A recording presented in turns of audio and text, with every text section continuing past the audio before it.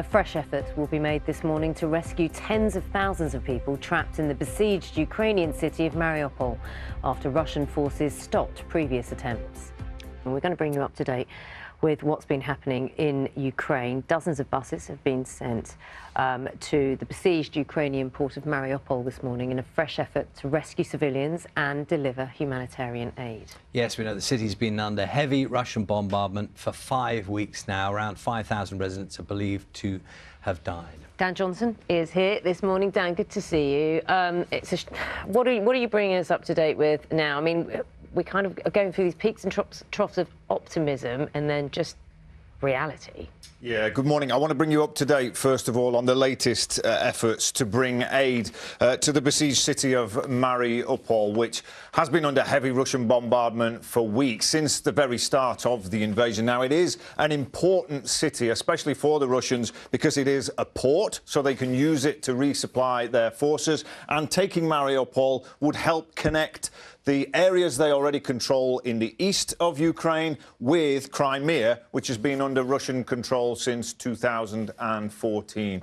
Well, these are some of the latest pictures to emerge from the city. And as you can see from these drone pictures, most of it is now totally ruined. That's the theatre there where people were sheltering, where hundreds of people died. Around 160,000 residents are believed to be trapped in the city. They are without electricity, water or food. And Russia says it has now agreed a 24-hour ceasefire, which should get underway in about an hour's time. But it is worth noting that previous attempts at establishing a similar humanitarian corridor have fallen flat because Russia's broken the agreement by continuing its shelling. Well, this morning, the Red Cross says it is preparing to enter Mariupol with 2 trucks of humanitarian aid and a convoy of 45 buses that's been sent by the Ukrainian government to rescue civilians. We're here because really we hope to be able to facilitate safe passage for civilians desperately wanting to flee Mariupol. We are also here with 2 trucks of assistance, hoping that we can also get assistance in. And in these trucks there is food, medicine, relief items for those civilians who decide to stay in Mariupol and who will need to be both protected and to also have humanitarian aid. Well, that was the plan, but this morning we're already hearing the buses have been held up in Russian-controlled territory in a town called Berdyansk there in the south. Some of the buses are reported to have been looted, and the security situation is still unsafe in the area, which puts in doubt, once again, the efforts to evacuate people to the town of Zaporizhia. Well, the Red Cross aid convoy is also said to be stuck there this morning.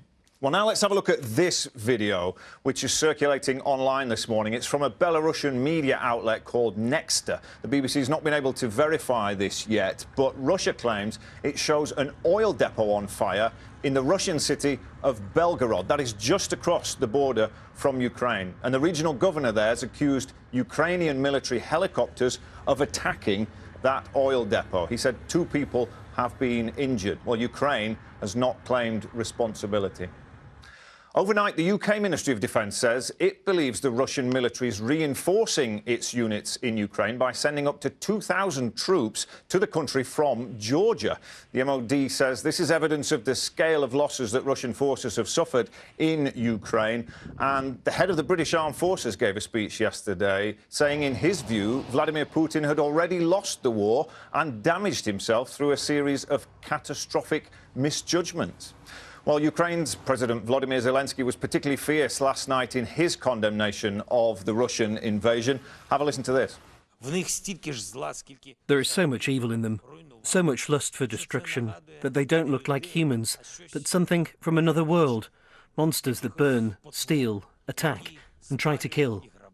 Well, Vladimir Putin's also taking steps to try to prop up the Russian currency. From today, he's insisting that other countries pay for Russian gas in rubles. The ruble's been struggling under the weight of Western sanctions, but Germany, France and Austria have already rejected that demand, saying that it amounts to blackmail. So we're seeing more bitter disagreements in economics, but the focus this morning is on the people of Mariupol and their latest chance to leave behind the devastation of their city and finally reach safety. They've sadly endured the cruelty of being offered safe passage again and again, but it not materialising because the agreements, the ceasefires, haven't been respected. And already this morning, it looks like this latest effort is running into trouble. Cruelty is exactly the right word, isn't it? It is cruel. Dan, thank you so much. I'm going to pick up on those pictures you had of Belgorod, that oil refinery. Then talk to Jenny Hill, who's our correspondent in Moscow. Jenny, you'll be aware of this. So these pictures that Dan was just showing from the Belarusian media outlet Nexta, looking at this refinery in Belgorod in Western Russia, and the accusation is that Ukraine has attacked that oil depot. What more do you know about this? Yeah, very little detail. This is the governor of that region, Belgorod, who has said that 2 Ukrainian helicopters launched an airstrike on the oil depot. Now, that has not been independently verified. We've not heard anything from Ukraine about it either at this stage.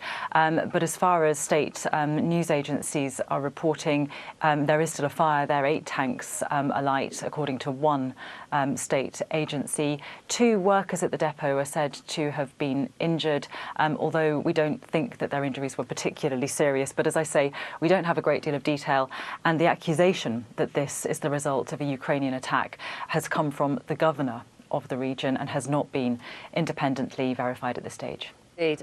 Jenny, also, if we're following the comments, obviously, very closely of President Zelensky and also Vladimir Putin, of course, now, when it comes to sanctions, when it comes to economic impact, Vladimir Putin is hitting back in some way when it comes to paying for Russian gas.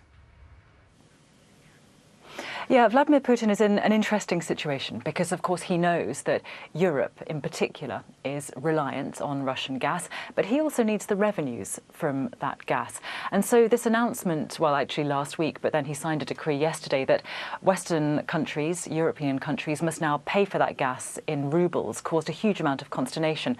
I think it's really important to look at the details of the decree he signed, though, because what he's actually wanting is Western countries and governments to pay in euros or dollars, as they're currently doing, into a Russian bank account, which will then convert the money on the Moscow Stock Exchange into rubles. That'll go back into another account, which will then be used to pay the gas companies.